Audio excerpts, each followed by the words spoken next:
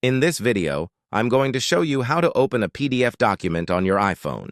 I'll walk you through a few different methods you can use to access PDF files directly from your device. The first method is by using the Files app. Simply use the search bar on your iPhone and type in Files, then open the app. If the PDF is already saved to your device, tap on My iPhone, and you'll see all the files stored locally.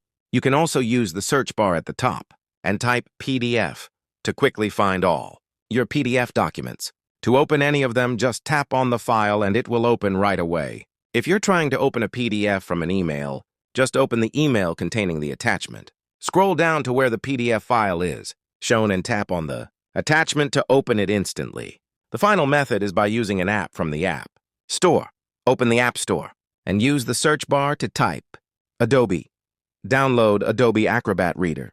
Once the app is installed, open it. You might get prompts to sign in or allow notifications. You can skip these. After that, you'll be taken to the main screen.